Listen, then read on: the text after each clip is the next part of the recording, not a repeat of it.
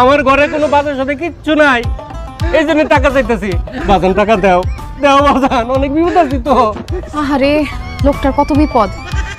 এই উনি যেহেতু এত করে তোমার কাছে 5,500 টাকা ধার চাইতেছে, তারে 5,500 টাকা ধার দাও, সে পরে ফেরত দিয়ে দিব।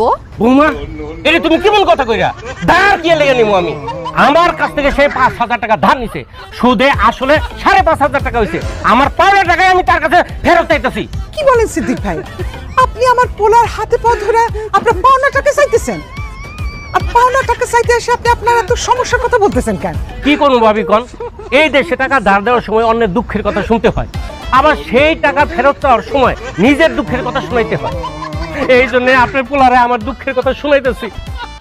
বাজান আমার দুঃখের কথা তো শুনরাই, এবার আমার টাকাটা ফেরত দাও। আমি কি টাকার মেশিন যে বললেন আর টাকা ছাপাই ছাপাই আপনার দিলাম? সামনে পয়লা বৈশাখ আইতাছে, হালখাতা কইরেন, টাকা দিয়ে মিষ্টি খাই আমনি। এটা কেমন কথা কয় বাসা ভাই কন? হ্যাঁ আমি করি সুদের ব্যবসা, আমি কি দোকানদারি করি নাকি যে হালখাতা দিব? এখনো আমার টাকা যদি ফেরত না দাও তাহলে কিন্তু তোমার বাপ মা তুইলা গাড়ি গালাজ করবো। ঠিক আছে, গালি দেন, যা খুশি তাই করেন, টাকা আমি দিতে পারবো না। এই তুমি কি মানুষ নাকি পাষাণ? হেরতে টাকা নিছে, হের টাকা ফেরত দাও, নাইলে কিন্তু তোমার লগে আমি সংসার করব না, সংসার ছেড়ে চলে যাবো। তুমি সংসার ছেড়ে চলে গেলে আমি আরেকটা বিয়ে করব, তার টাকা দিতে পারবো না। লিটন